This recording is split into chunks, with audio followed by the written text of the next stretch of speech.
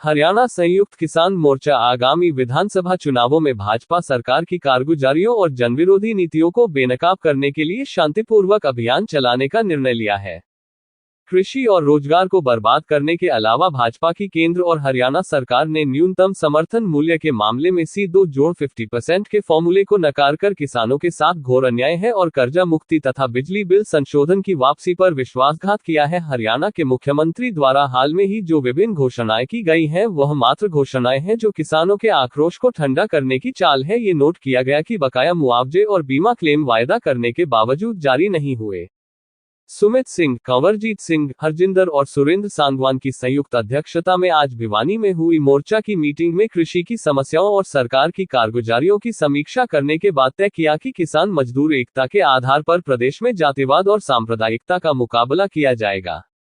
बैठक में राष्ट्रीय स्तर के वरिष्ठ नेता जोगेंद्र सिंह उगराहा, पी कृष्णा प्रसाद, सत्यवान सहित विभिन्न किसान संगठनों के अनेक नेता शामिल हुए। इनमें इंद्रजीत सिंह, जोगेंद्र नैन, सुखदेव जम्मू, रवि आजाद, विकास सीसर, धर्मपाल बडाला, मास्टर सतीश, सूबेदार रणबीर मालिक, सतेंद्र लोचब, राजेंद्र एडवोकेट, बाबा गुरदीप सिंह, कृष्ण जागलान, सुरेंद्र सांगवान, रामफल देशवाल, मास्टर जगरोशन, कॉमरेड ओम प्रकाश, कमल सिंह प्रधान, बलबीर सिंह बजाड़, संदीप यादव, राकेश आर्य, बलजीत मोखरा, महावीर फौजी, अजित बाडी आदि उपस्थित रहे।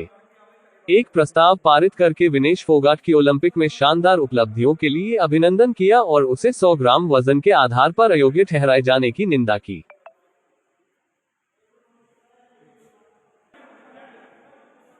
हाँ जी, मैं कंवरजीत सिंह, राज्य प्रधान भारतीय किसान यूनियन एकता उगराहा, एफिलेटेड संयुक्त किसान मोर्चा हरियाणा।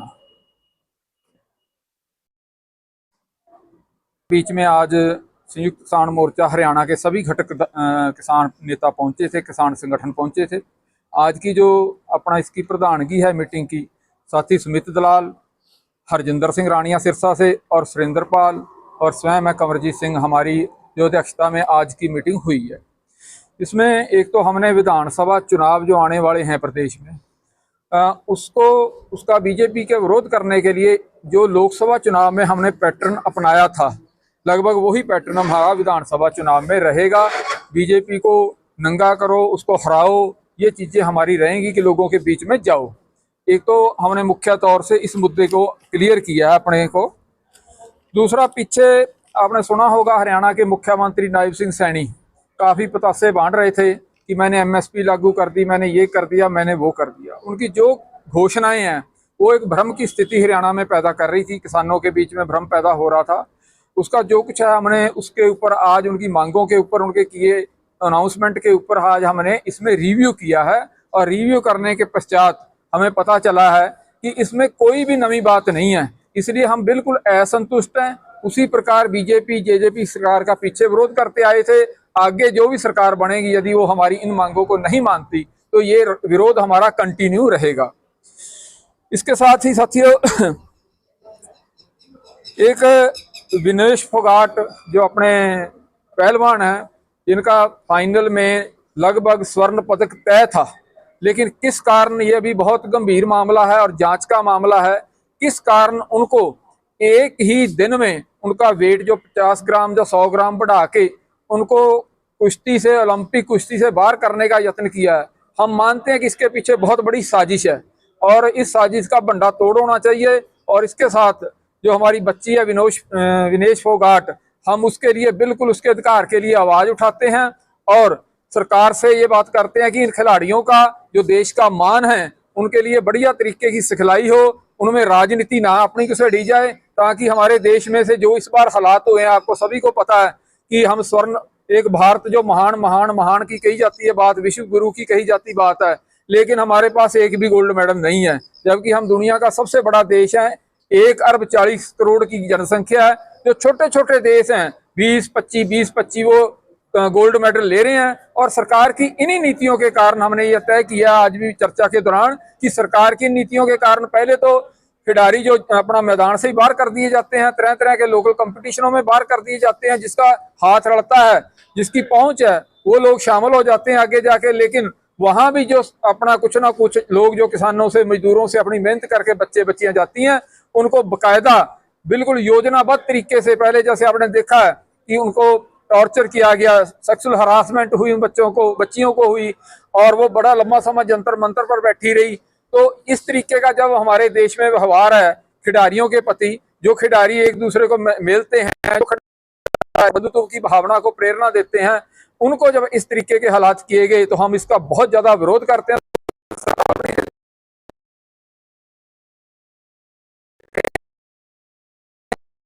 तो अपनी नीतियों को इनको बदले।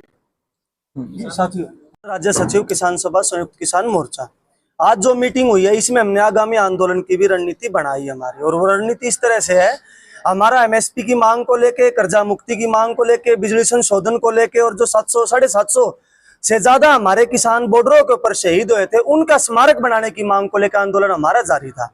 पिछले दिनों सरकार ने घोषणा की हमारे तरह तरह के मुआवजे भी पेंडिंग थे, वो अब भी उसी तरह से पेंडिंग है, सरकार ने कुछ नहीं किया।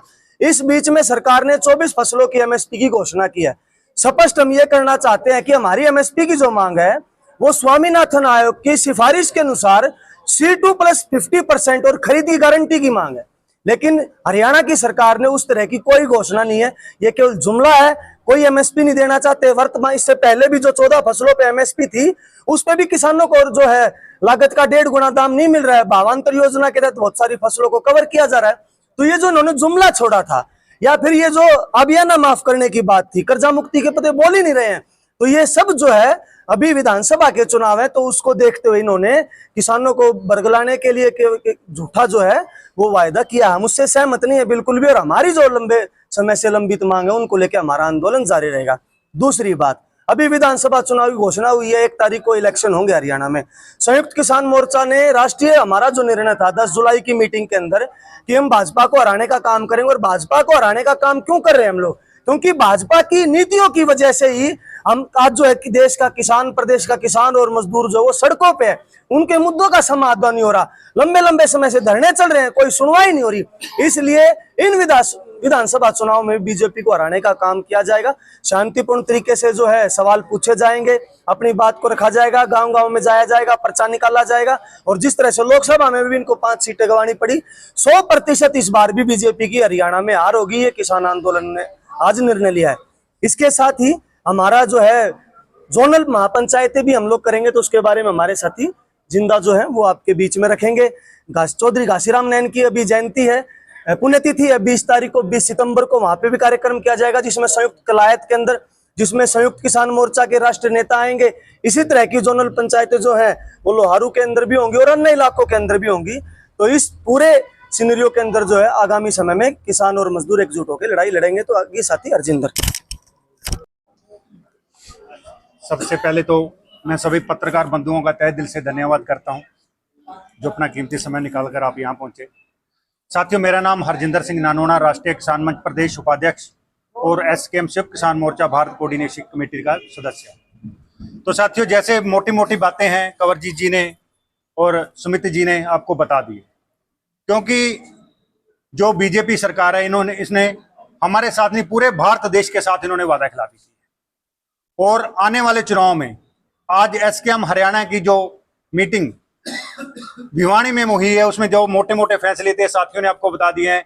इसमें से मैं आपको एक बात कहना चाहूंगा कि जो साजिश के तहत हमारी बहन विनेश फोगाट के साथ इन्होंने किया उसमें कड़ी शब्दों से एसकेएम हरियाणा निंदा करता है, और उस बहन के साथ एसकेएम हरियाणा उनके साथ खड़ा हुआ है। और मीटिंग में जो फैसला लिया गया है कि इनका जो विरोध होगा शांतिपूर्वक ढंग से इनका विरोध होगा, इनके सवाल किए जाएंगे, उनसे जवाब पूछे जाएंगे और लोगों को बताया जाएगा, घर घर जाकर इस चीज को बताया जाएगा कि बीजेपी सरकार ने हमारे साथ कैसे वादा खिलाफी की है। उसके बाद पूरे हरियाणा में संयुक्त मोर्चा हरियाणा, संयुक्त मोर्चा भारत के जितने भी हमारे आगू साथी हैं, किसान नेता हैं, जगह जगह महापंचायतें की जाएंगी ताकि लोगों को बताया जाए कि किसान और मजदूर और मेरे वर्ग के साथ जो इन्होंने तानाशाही किया है इनका पर्दाफाश किया जाएगा। और इसके बाद एक छोटी सी बात और कहना चाहूंगा कि जो मीटिंग में हमारे फैसला हुआ है कि गुड़गांव में एक बिल्डर की जो तानाशाही के कारण हमारा जो किसान है, उस बिल्डर का नाम है सुशील कुमार, किसान का नाम है सुशील कुमार, उसकी जमीन को हड़पने का काम बिल्डर के द्वारा किया जाता है। वो हम उसको बिल्डर नहीं कह सकते, उसके ऊपर कॉर्पोरेट घरानों की साजिश है।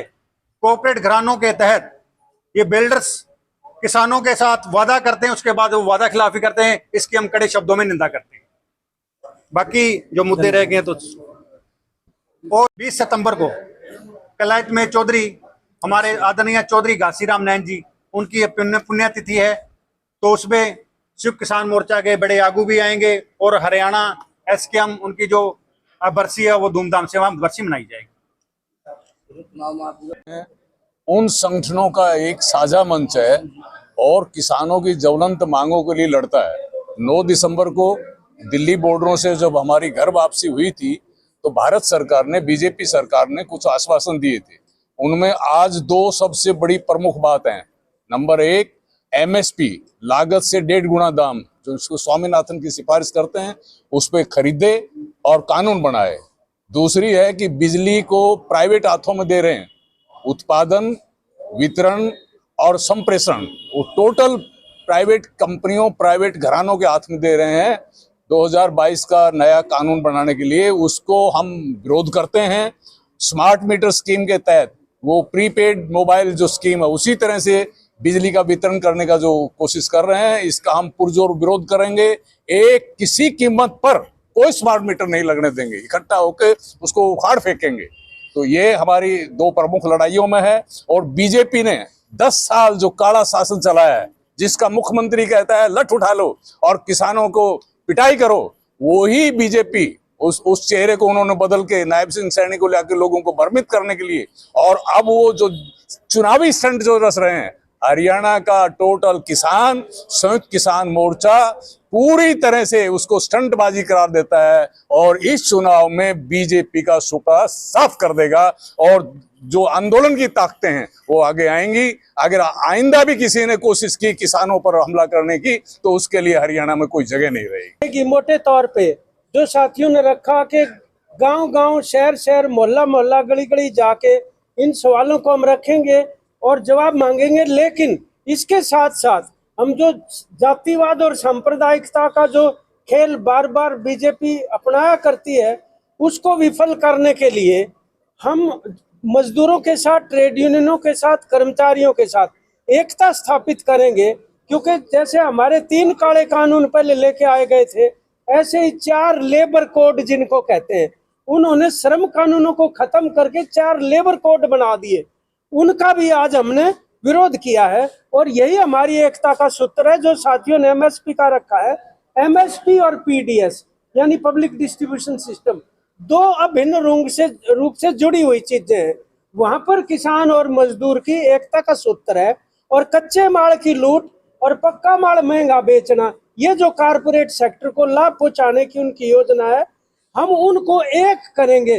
जो उत्पादक है कच्चे माल के और जो उपभोक्ता भी हैं, किसान, मजदूर और आम जनता, उनको एक करके इसका विरोध करेंगे। ये हमारा आधार रहेगा मूल रूप से। क्योंकि चुनाव की घोषणा हो चुकी तो इसके दौरान ही हम करेंगे। और हम ये समझते हैं कि उन्होंने जो ये कहा है कि 24 फसलों को एमएसपी पे खरीदेंगे, सच्चाई ये है 1 अक्टूबर से पहले तो कोई फसल नहीं आनी और 4 अक्टूबर के बाद ये बीजेपी नहीं आनी, ऐसा साफ लग रहा है। तो इन घोषणाओं का कोई मतलब हमें नजर नहीं आता। तो हम चुनाव के संबंध में ये संदेश लेकर जाएंगे, अब मतलब गांव-गांव और घर-घर। जी